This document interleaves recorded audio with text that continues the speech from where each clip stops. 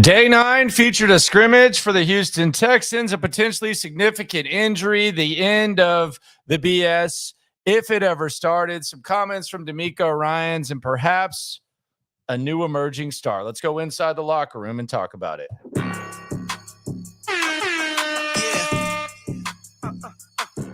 Yeah, it's the locker room on YouTube. You know what it is. Let's get it.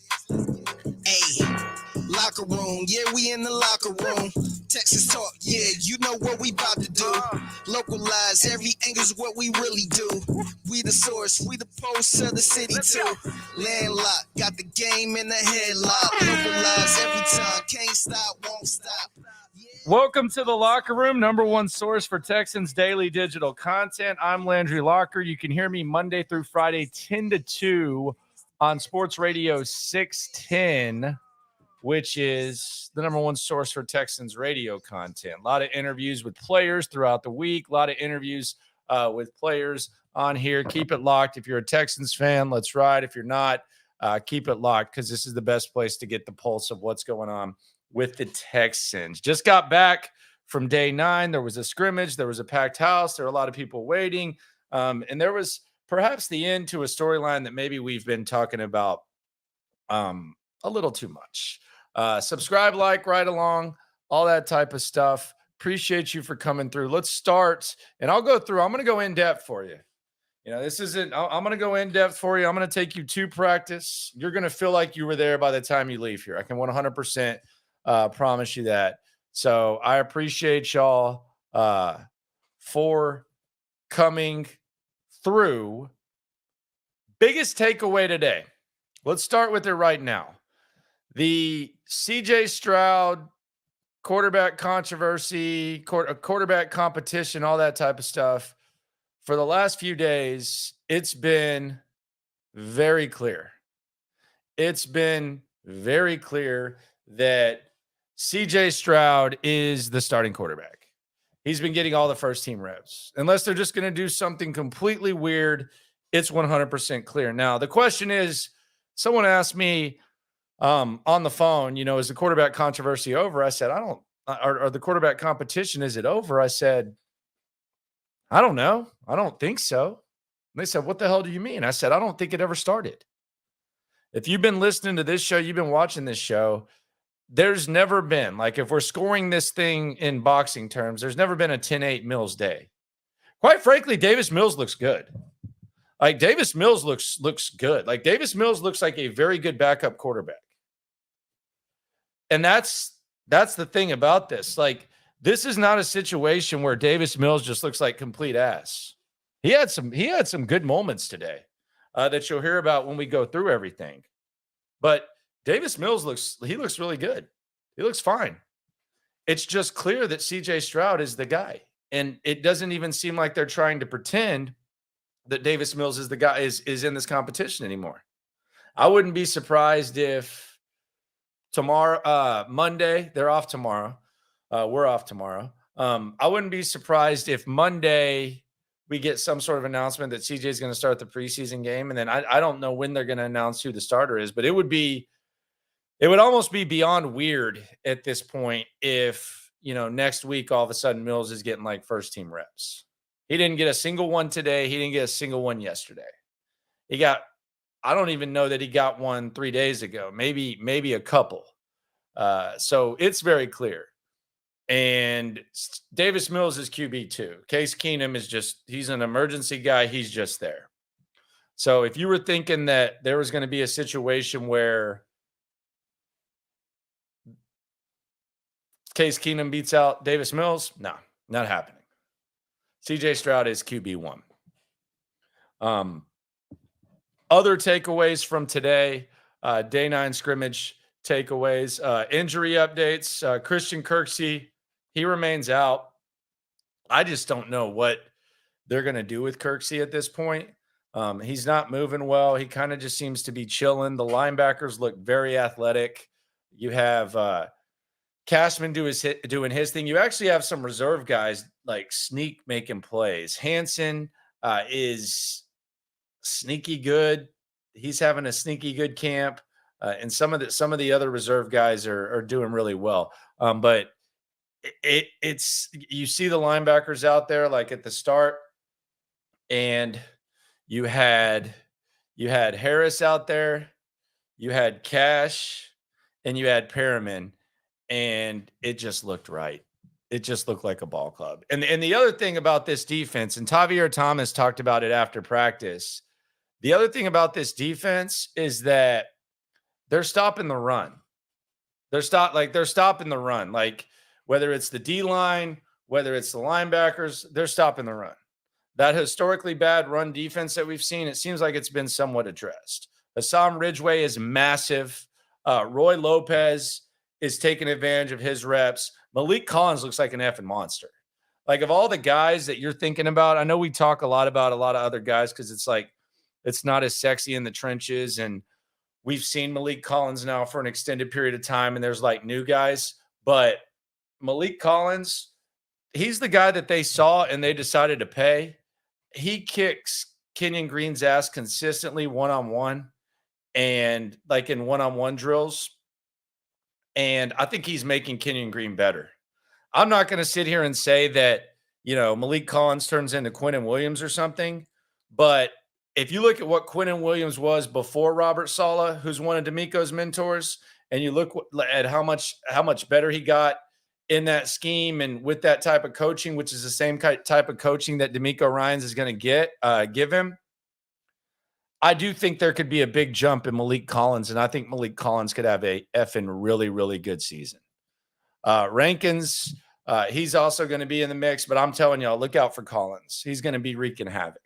And you'll hear about him when we go in depth through all three, not just 1, 2, 3 team periods. I'll go through all of them. Red zone, between the 20s, situational. I got you covered. No nugs, straight descriptions. You're going to be there. I promise. Quintariano was on the sidelines. Got to think they don't want to bring him back for his first practice in a scrimmage. He's moving around fine. I don't know. He took the physical yesterday. It looked like he's moving fine. So there is that. And then Booker and Heinisch are out. I don't know if either one of those guys is really going to make the roster. I could see those being practice squad guys because the D-line, the depth on the D-line has just gotten so much better.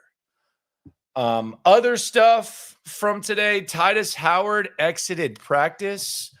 No word yet on how Titus is going to be. It wasn't like a huge scene or anything like that. It was more like a, walk off the field. That's not to say it's minimal. A lot of times those end up being bad, but Titus Howard did leave practice. D'Amico Ryans said he would have an update, but it wasn't a scary moment. There was a scary moment, though, and it was during Team 1 red zone. On the other side of the field, the D lineman and the offensive lineman were getting some work in, and I was actually sitting like by the tent, and one of the trainers ran over and said, move, move, move, move, move. He jumps in the cart. He's driving the cart to the other side of the field. You see the players all like on a knee. As it's going on, though, the team is still they're still doing the red zone stuff. And fans were really into it. But as that's going on, you're looking over and you're like, man, who's getting carted off? Who's really hurt? And it ended up being number 60, tackle DJ Scaife. He was carted off the field. Never fun to see that. He rolled right by us, and never a good thing, to say the very least, when someone gets hurt. Final takeaway, Tank Dell, he was that effing guy. He was absolutely that effing guy. Tank Dell was sick today. If you had just walked in, and you guys know I always use this example, and I think it's just necessary at times, but if you walked in and you didn't know who any of these guys were, and you had seen this team play, and then afterwards they took you and your buddy who you went to practice with, and they said, all right, you guys are going to have a schoolyard style draft. We're going to line up all the players, and you're going to draft your squad and you are going to play some recess football. If you had just went there and saw that, 13's your first pick, at least on offense.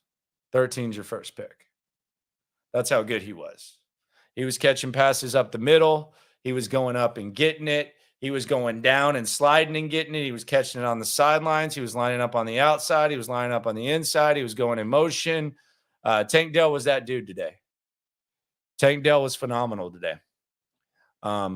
Started out with Mills, and then he went in at the ones, and he absolutely just completely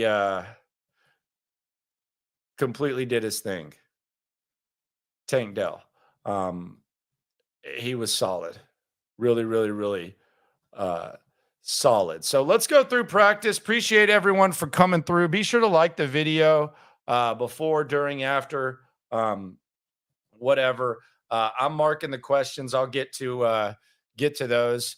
I do promise you. Appreciate everyone for coming through. Going through the day 9 observations, Texans giveaway, Texans takeaways, not giveaways, takeaways, which, by the way, no turnovers by the offense today. There were some plays that maybe would have been sacks, but nothing too serious there.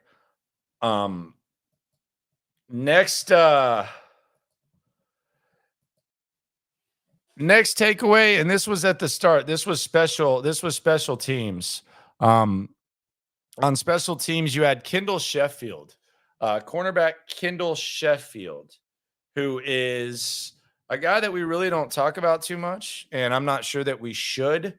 But Kendall Sheffield, he had a nice kick return. A lot of times it's hard to tell, would he have been tackled here? Would he have been tackled there? Looked like this probably would have been at least to midfield.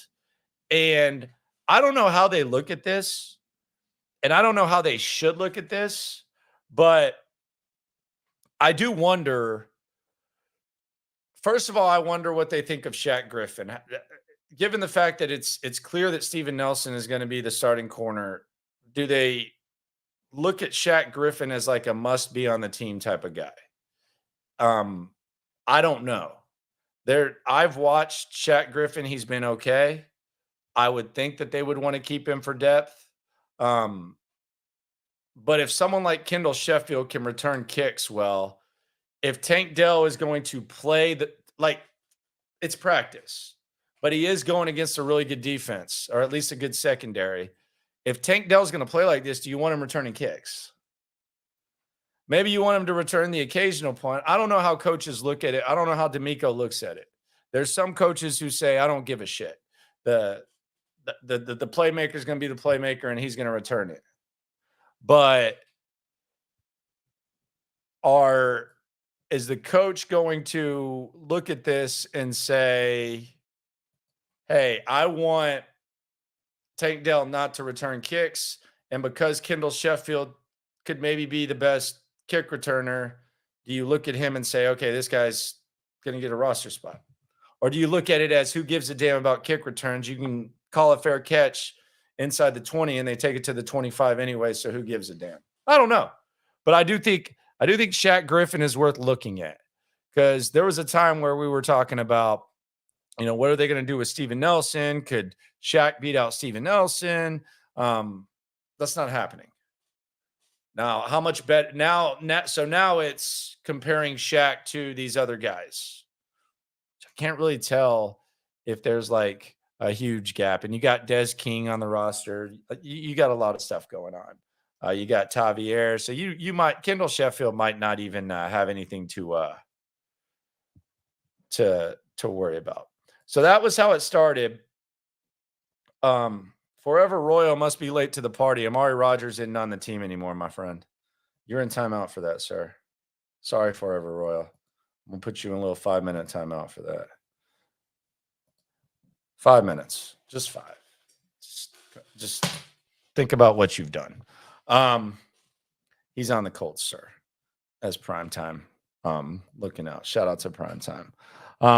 So this So Kendall Sheffield, special teams, you had kickoff return, really not like that exciting. And then we had team period 1, which was red zone. Red zone was CJ Stroud's time to shine. And there were multiple layers to this shining. And I want to get in depth on this. So we were sitting right there at about the 20, so we can hear everything going on, and we can see everything. This was like a perfect thing because it was right in front of us. It started, and I thought this was where it really, like, you realized, okay, this is going to be competitive. Like, these guys are taking this pretty damn serious. Team 1 started with a pass to the left side by CJ Stroud that was batted down by Steven Nelson. And as soon as Steven Nelson batted it down, it was no effing way.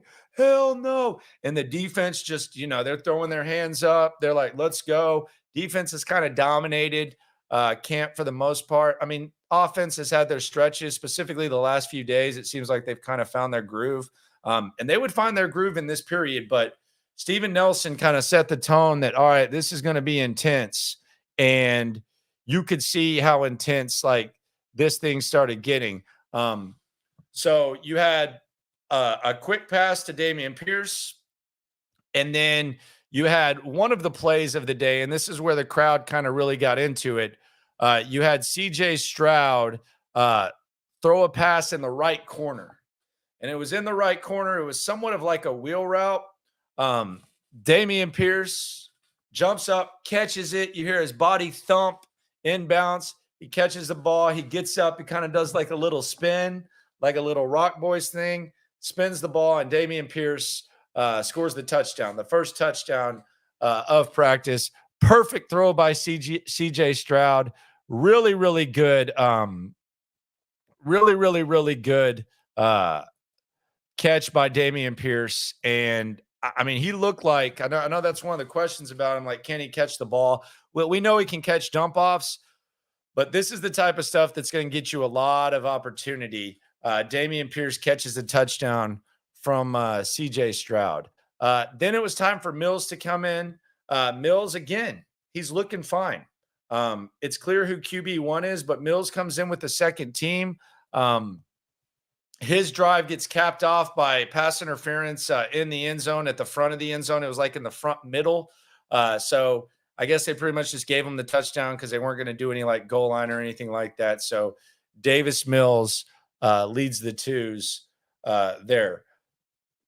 On the next CJ Stroud drive, and they're just skipping Case Keenum. Case Keenum's just basically sitting there and watching these guys go. On the next one, CJ Stroud, just a perfect touch pass across the middle, back of the end zone to Mason Schreck. Mason Schreck, who's getting a little bit of run because Quitoriano's out, Brevin Jordan's out. Mason Schreck catches the ball, perfectly placed from CJ over the linebacker and secondary's head, and Schreck catches it. Almost damn near runs into the goalpost, but he gets the touchdown. So, important thing here, you have CJ throwing a perfect pass in the right corner to Dameon Pierce, and then kind of making our way left, if you notice, in the middle to Mason Schreck. So you have that. So, couple of touchdowns for CJ. The next time that CJ goes out there, looked like it was a touchdown, but this was on the far corner of the end zone. Notice how I said it was in front of us, working their way to the left. Dalton Schultz goes up. Just the guy was too little. Like, I think the kids these days, like when they're playing basketball, they're doing like that too little crap. That was the case with Dalton Schultz. A complete moss over the defender. Forgive me for not remembering who it was over. Someone that was too little. Catches it with ease. Referee says it wasn't a touchdown. They weren't showing replays today. They've been showing replays sometimes when fans aren't there. but there was no replay. Ref said no good, but a good pass, good opportunity. And the encouraging thing about this is you get to see CJ Stroud make a nice pass on the right side in the red zone, middle in the red zone, left side in the red zone. And by the way, all the first team reps going to CJ. This was kind of one of the awkward moments of the night. So whenever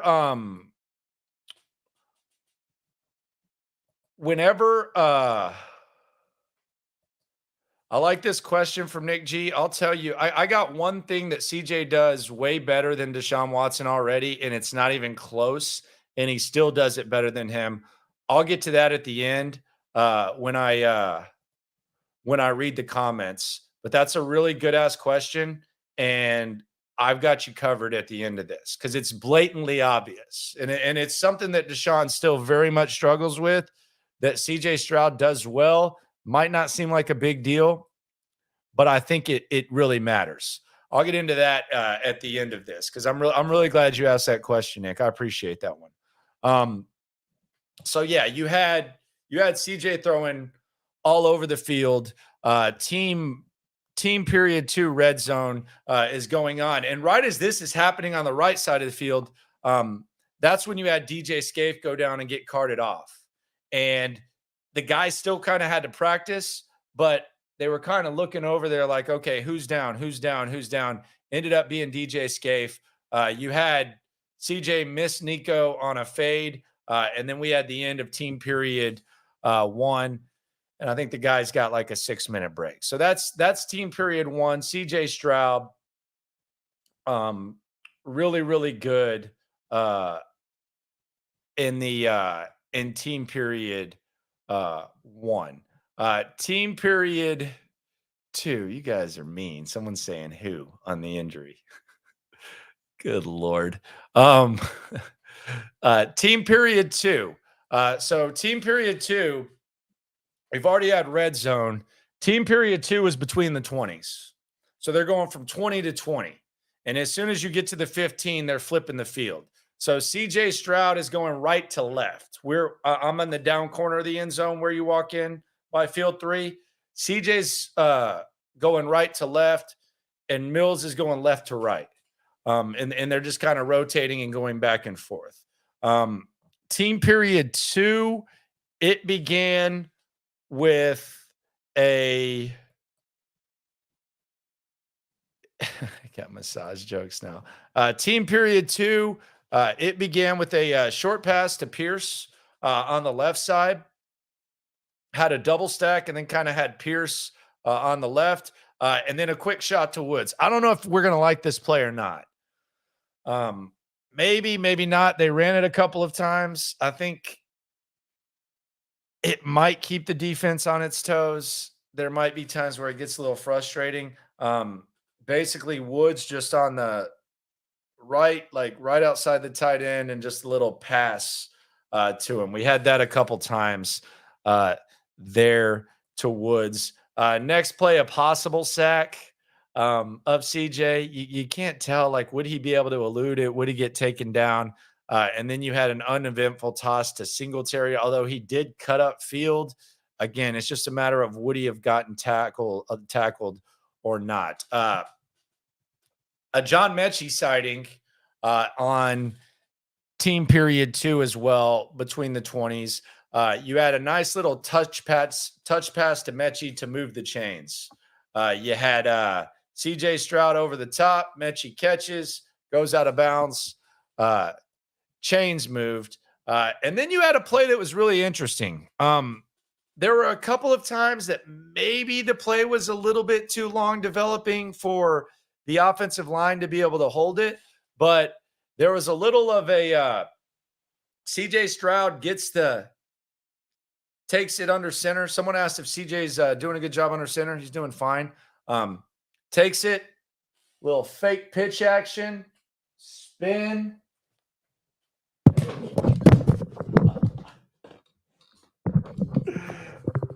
He did not fumble.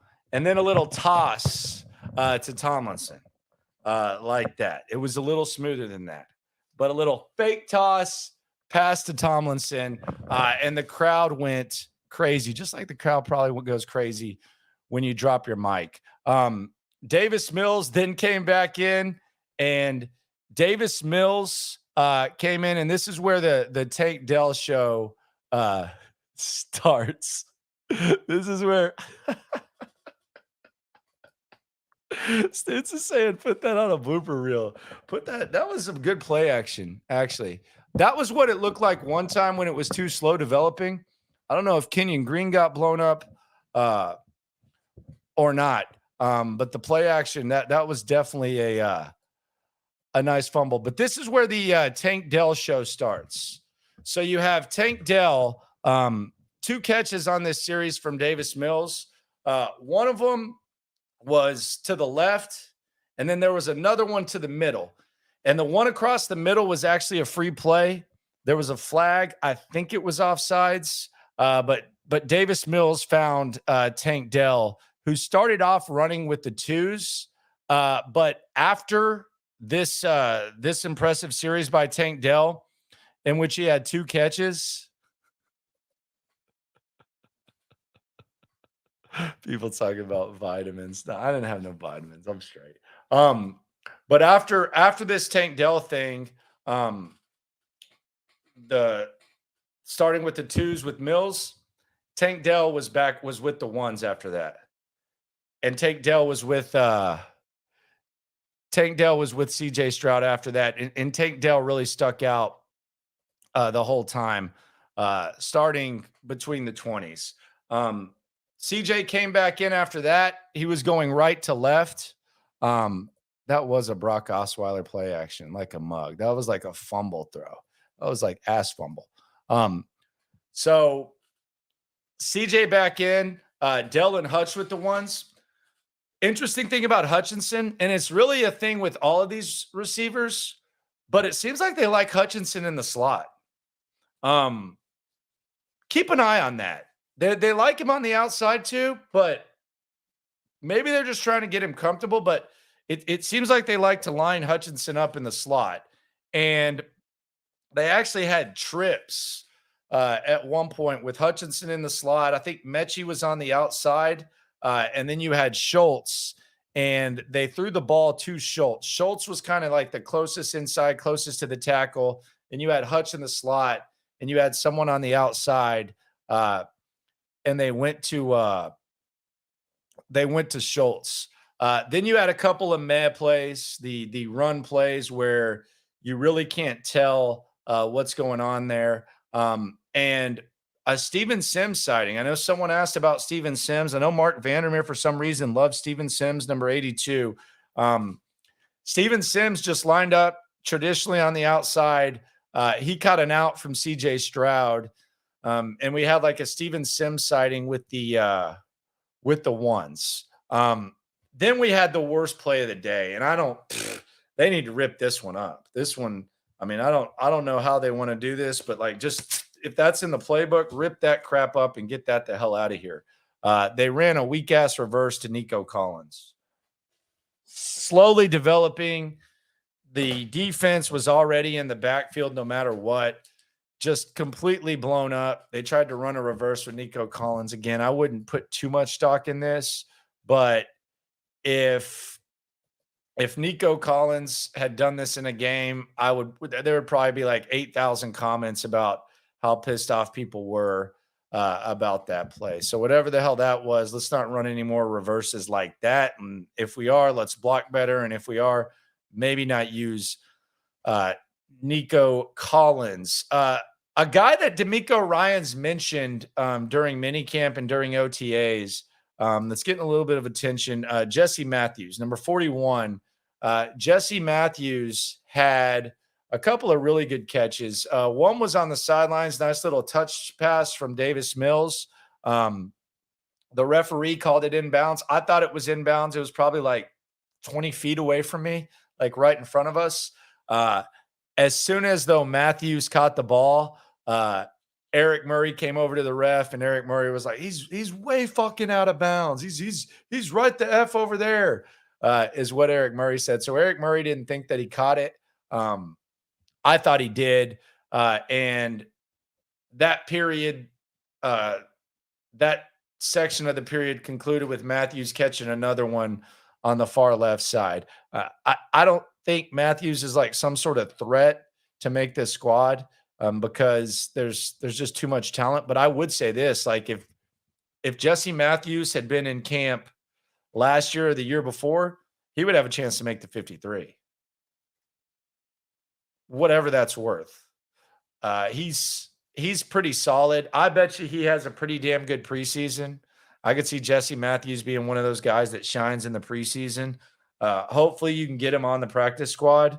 But Jesse Matthews, really just the wrong time to be competing for a wide receiver spot on the Texans. But I think if he keeps working, it's clear that the coach likes him, and it's clear that he's got a little something and he can make some plays. This week he's made a couple of plays that have stuck out.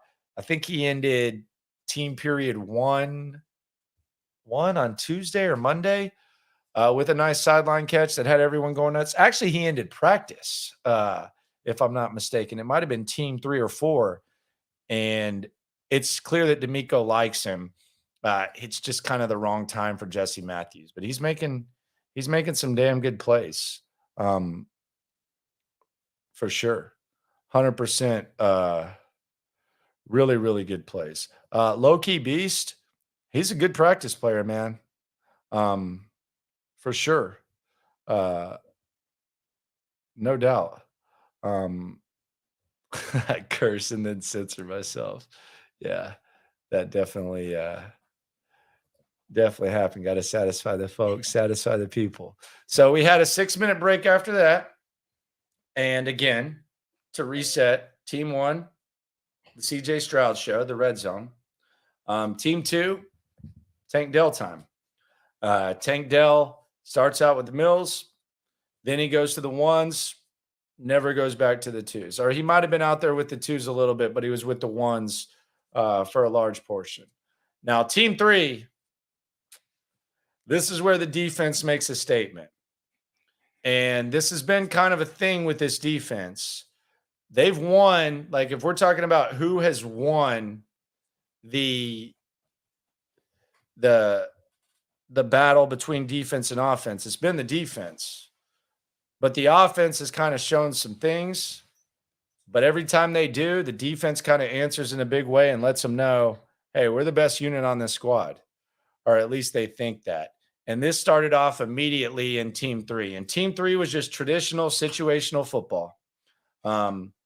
They had, I think it was a 20-minute period, which means it's a 20-minute clock.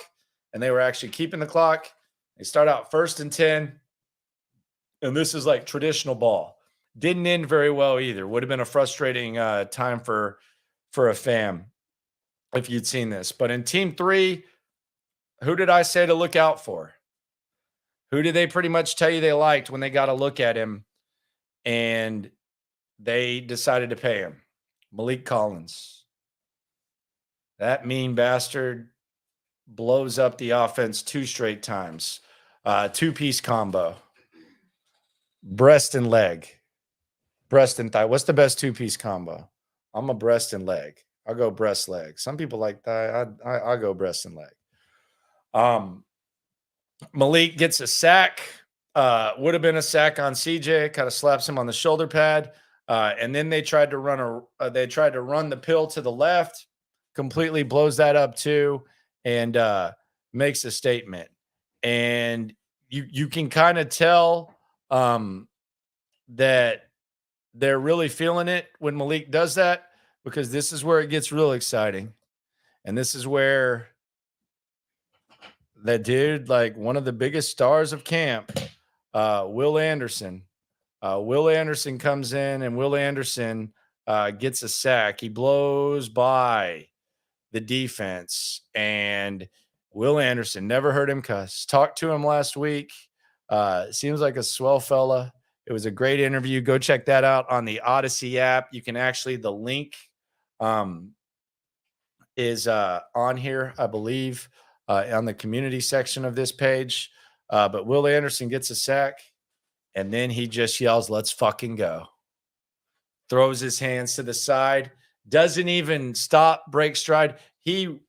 Will Anderson runs past the offensive lineman, slaps CJ on the shoulder pad, clear sack, following the 2 plays by Malik Collins, yells, "Let's fucking go," circles around. Let's see if I can get this right now. Circles around.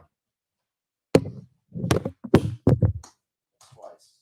Circles around. And then Will Anderson just goes back to the hull like nothing happened. Team going crazy. 2 fumbles for me today. 2 mic drops. My wife's looking at me like I'm effing crazy. I am crazy because Will Anderson is doing his thing. D'Amico Ryans loving it too. Here's what D'Amico Ryans had to say about Will Anderson and if there's anything he can't do. That's what you saw in college. He's not a flash player. He's a consistent player. He's consistently in the backfield, consistently making plays. And that's what you're seeing out here at practice. He's been the same guy, disruptive in the backfield, causing havoc, and that's what we want him to do. And open. And that is what he's doing. There is no doubt about that. That is what Will Anderson is doing. He's completely making plays. I do need an RPO. You are not lying. So the defense kind of set the tone. It was kind of going to be the theme of things. But then CJ Stroud went where, quite frankly, you should have gone today if you were a quarterback. That man that we talked about to start things off, Tank Dell. CJ Stroud steps up in the pocket. This would not have been a sack. He steps up. He looks right. Sells it to Tank. Sells a pass to Tank Dell, and moves the chains. And Tank Dell again. CJ Stroud later on in this drive, feeling the pressure, looks to his left, throws it little low, not too low. Tank Dell goes down to his knees, catches the ball securely, and moves the chains again. Tank Dell absolutely making plays. Let's hear from D'Amico about Tank Dell and what he's seeing from number 13. Been a lot, and that's what I continue to see from Tank. There's his ability to run routes, to be precise in his depth, and be precise in where he needs to get to and find a way to get open. It's been fun to watch. It has. And this is the best that it's been. Tank Dell. This was the best. This was one of the better wide receiver performances of camp. There have been different stretches for guys where, different guys step up at different times.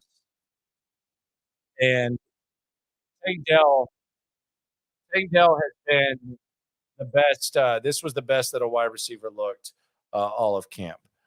Tank Dell today.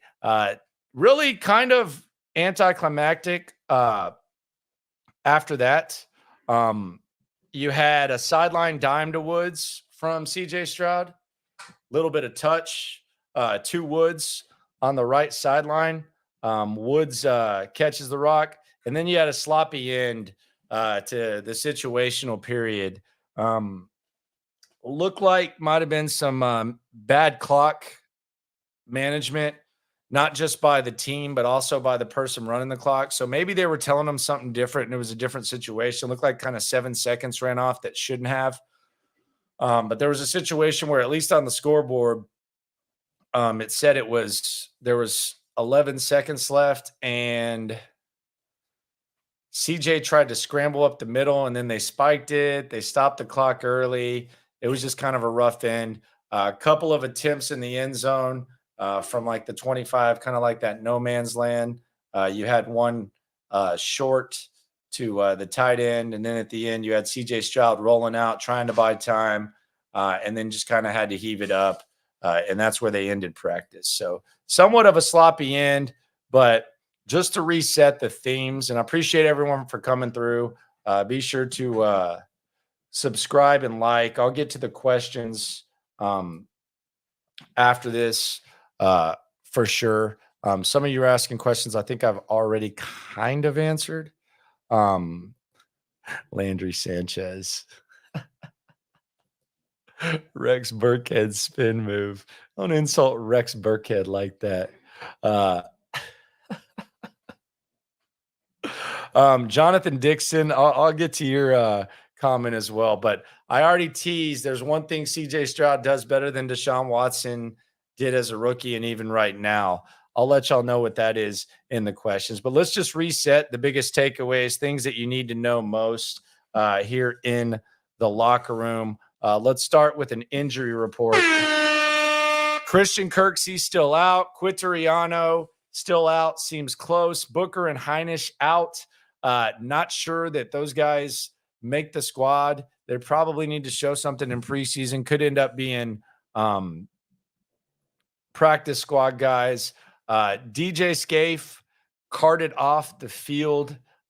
Scary situation there. And Titus Howard exits practice. So that's the injury update. Next biggest takeaway. CJ Stroud gets all the first team reps again. Is the quarterback competition over? Depends how you look at it. I would ask, did the quarterback competition ever start? That would be my biggest question. I don't think it was ever a thing. I thought CJ was kind of competing with himself. Now, the good thing is Davis Mills looks fine. Davis Mills looks good. It's not like he just looks like crap. He just doesn't look like he's on the same level as CJ Stroud. Now, what does that mean? D'Amico Ryan said afterwards that the games will really kind of be the story that will tell you how far CJ Stroud truly is. So maybe we need to see that, and maybe that's where we get some sort of idea.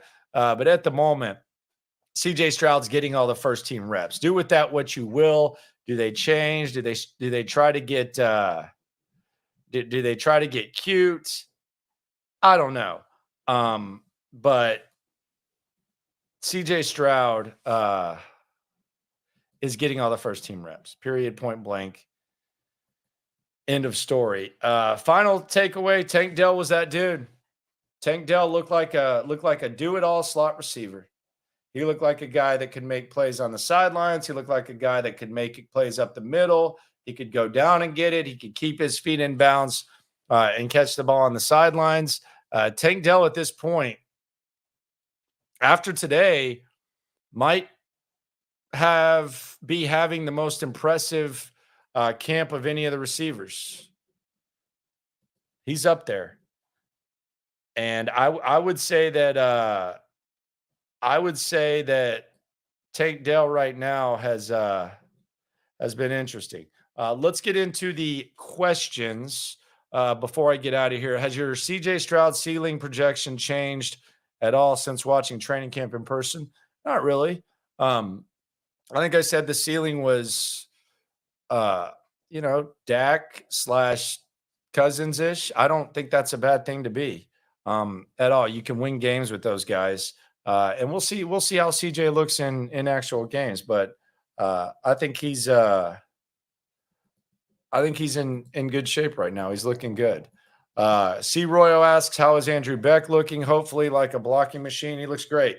He looks like a guy that's able to play tight end. He actually had a pass negated on a penalty. He can catch the ball. They got him in motion. They lined him out wide on that Robert Woods screenplay. So I don't know if maybe they're going to have him run up or try to build something to where Woods goes over there. But yeah, Andrew Beck, he looks good. Looks like a guy that they believed in and gave a decent contract to for a fullback. And I would keep an eye on him. How did Scruggs and Kenyon look today? Okay. I mean, there were some times where there were guys in the backfield. They looked all right, not awesome, but okay. We'll see how they look in games. Do you see Woods being passed up by some of the rooks? I think Robert Woods is solid. I think Robert Woods is really good. Tank has been the best receiver at this point, but it feels like they've been kind of going easy with Robert. How is Sting looking? Sting's looking great. Big, physical. I mean, they're challenging him. It's like CJ. They're blitzing CJ. And Tavier Thomas mentioned today, we're trying to make CJ uncomfortable. We're blitzing him because if he can handle that, then he'll be able to handle it when defenses come at him. I think they're doing the same thing with Stingley. They're putting him on an island and one-on-one drills and Training camp, I know on the highlights, people like to look at it and say, oh, Derek Stingley got beat. Okay, it's a little bit different in a game. And one-on-one drills, there's nothing that is set up more against a player than one-on-one drills in training camp. And I think Stingley's looking good. Do you think 9 wins is achievable? I mean, the Giants went from 4-9 last year. The Eagles kind of did the same thing the year before. It happens every year. It's happened the last 10 years where in that range someone has jumped. Let's just see them play a game before we start like throwing out predictions. Brown Chubby Bear, who can we pick up as a legit backup for depth on the O-line?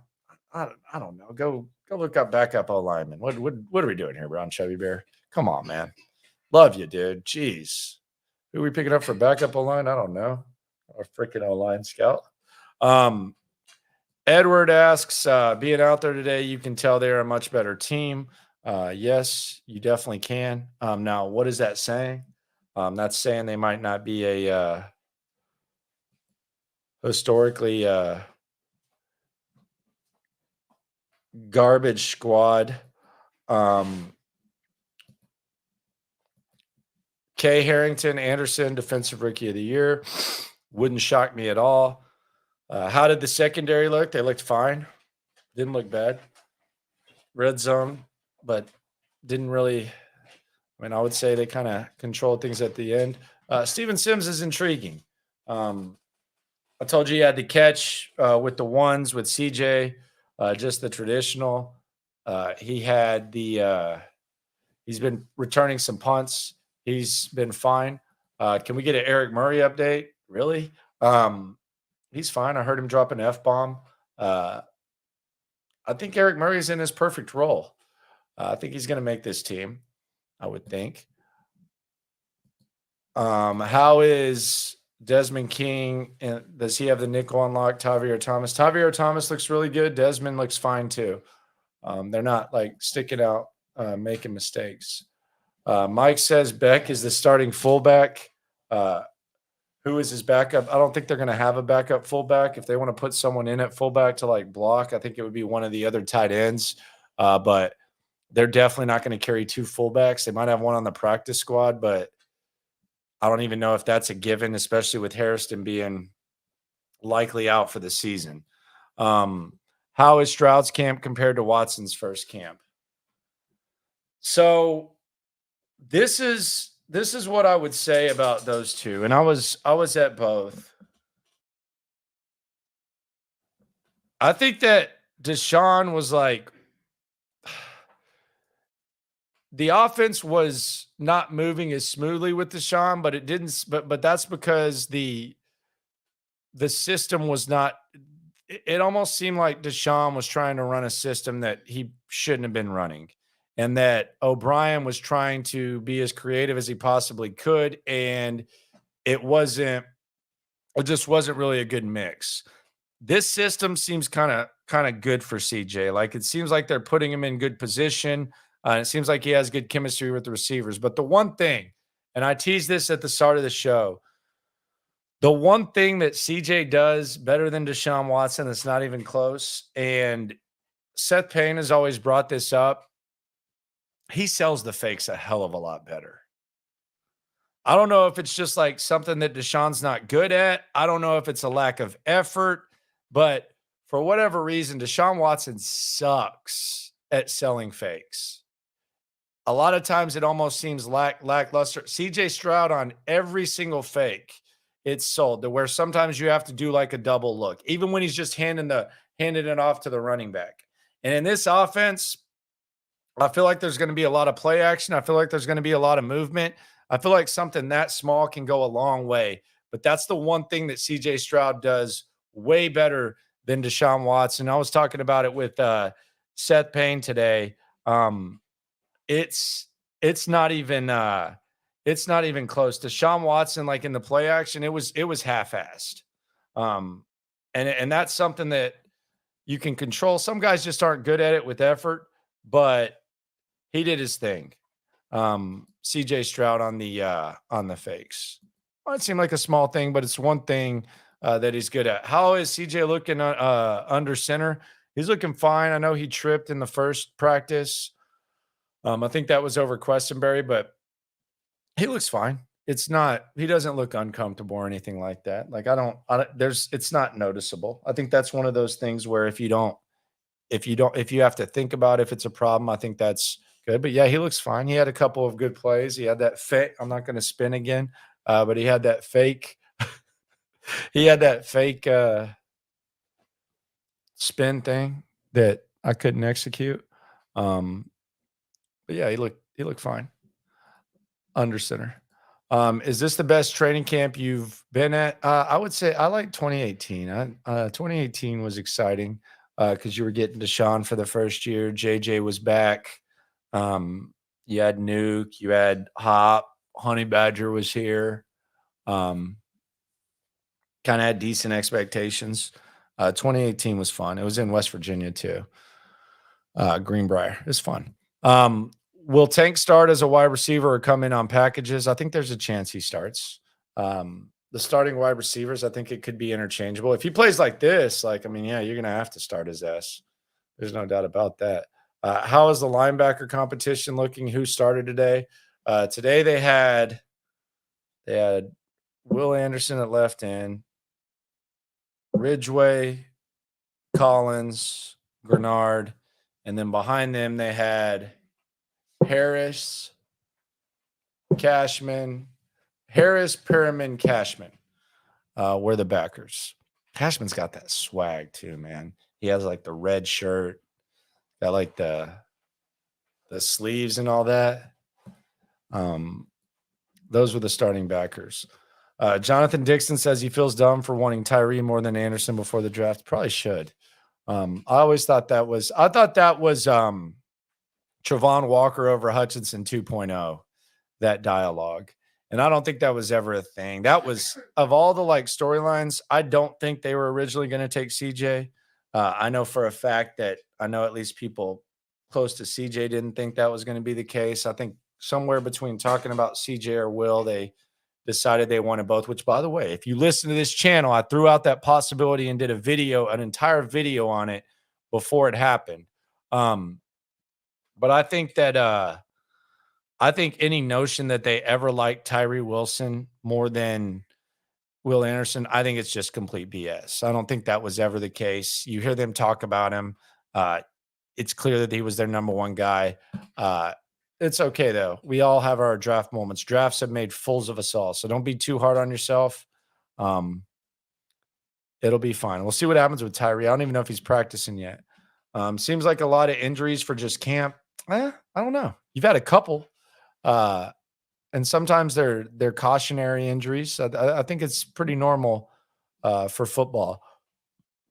So I'm guessing CJ starts versus the Pats. I would be shocked if he didn't,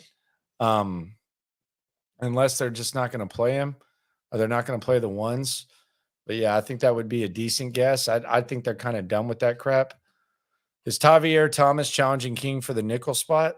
I think Tavier's got the slot lined up. I think he's got it very locked up. I don't know that anyone's challenging Tavier. He's elite there. How was Mechie? Mechie was good. He had the good catch on the sidelines. Mechie hadn't played a football game in like a couple of years. I know we talk about the leukemia. He tore his ACL before that.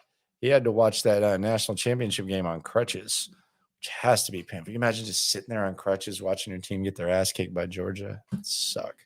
Sounds like everyone looks good, but that simply can't be the case, especially at wide receiver. Which wide receivers are you most concerned with? I'd be concerned if Tank is our best wide receiver, to be honest. Here's the thing. I don't disagree with your concern, but my question would be, if not Tank, who would make you feel good? Like, would you feel good if Nico Collins was your best receiver? Would you feel good if Robert Woods was the best receiver? I think Robert Woods has a chance. Noah Brown, I don't like saying that Tank looks the best. Yeah, I mean, it's considered and probably fairly considered one of the least impressive wide receiver rooms in the National Football League, but who would make you feel good if that's your mindset? I'm not questioning the mindset. My comment is, who would make you feel good if that is the case? That would be the question that I would ask. Do you think we'll start Davis or CJ? Davis ain't starting against the Ravens.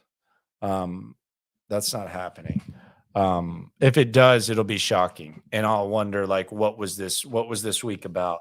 Especially with the way that CJ has looked. But make no mistake about it. And I want this to be real clear. I almost feel bad for Davis Mills because he's kind of in a situation where we started judging him as if, this guy has to be a starting quarterback or he's like some sort of clown. And he could end up being a really good backup quarterback in this league. And there's no shame in that. And, maybe there can be a situation where later on in his career, he gets to go compete or hold it down for another QB. Davis Mills has looked good this camp. So I know it's easy to kind of pile on, and it's been a frustrating period that Davis was there. And maybe there were some people that got a little ahead of themselves where you were having to hear the BS of, well, he had a better season than Trevor Lawrence. Trevor Lawrence didn't have a good rookie season. Look at what Davis Mills did. Look at these stats compared to Trevor Lawrence. That was whack. But Mills is having a good camp. He's just not. They obviously didn't invest as much in him as they did with CJ, and it's just kind of where we're at. With Mills. Someone says Clowney has been here in Houston working out with Get Right training. Good for him. What does that got to do with the Texans? Clowney's doing what he can do. I've always been a Clowney guy. I've always been like a Clowney supporter, but at this point, what is he doing? Especially with how he ended stuff in Cleveland last year. that was a joke. He basically just quit on the team, which that's fine business. But in this situation with what they're doing, I don't think Clowney makes sense. I like him, but no, I don't think Clowney makes sense. Even a little bit. So yeah, good for him. Hopefully he figures something out. But I don't know if Clowney makes sense. Anything on Juice tonight? He was fine. There were a couple times where he got beat on the inside. But Malik Collins is kicking everyone's ass. So I wouldn't hold that too much against him at all. I don't think Clowney wants to get picked up yet. I don't think he wants to go to training camp. I think Clowney has mastered the art of don't play ball until training camp. Show up, get whatever near $10 million, and go play football. More power to him. It's a hell of a gig for him. But I don't think Clowney likes to go to camp. And I don't think most guys like to go to camp. Laramie Tunsil met with the media. Laramie Tunsil, just Chad says he's going to be out here Tuesday. Holler at me, man. I'll be out there. I'll be broadcasting. Come by, say what's up. Appreciate you for coming through. Go ahead and like before all y'all leave. 433 people in here. Gonna go watch Jake Paul, Nate Diaz. Be sure to like this video. If anything, just like this video. I made y'all feel like you were there at practice. Least you can do. Just press the like button. I know when you leave, you have to come back in, but do it. I hear it's important. Don't know why. Hear it's important. Forever Royal says Paul versus Diaz is overhyped. I'm not expecting like Floyd Mayweather or anything. Granville Underwood, don't hate on Nico. If you go back and look at it, he's caught every pass that has been thrown to him. The only thing that holds him back is he keeps getting injured. Brother, he averages under 40 yards a game. He's had 70 yards once. Like Chris Moore was almost as productive as him. He's caught every pass that's thrown to him. Come on. I like Nico fine. I'm just saying, like, if he's your number one receiver, that's a little wild. Good kid. Talked to him a couple times. Interviewed him. Like him. But has trouble getting off the line. Good deep threat. Good potential red zone threat. Not a number one receiver. Do I have a favorite player? John Weeks.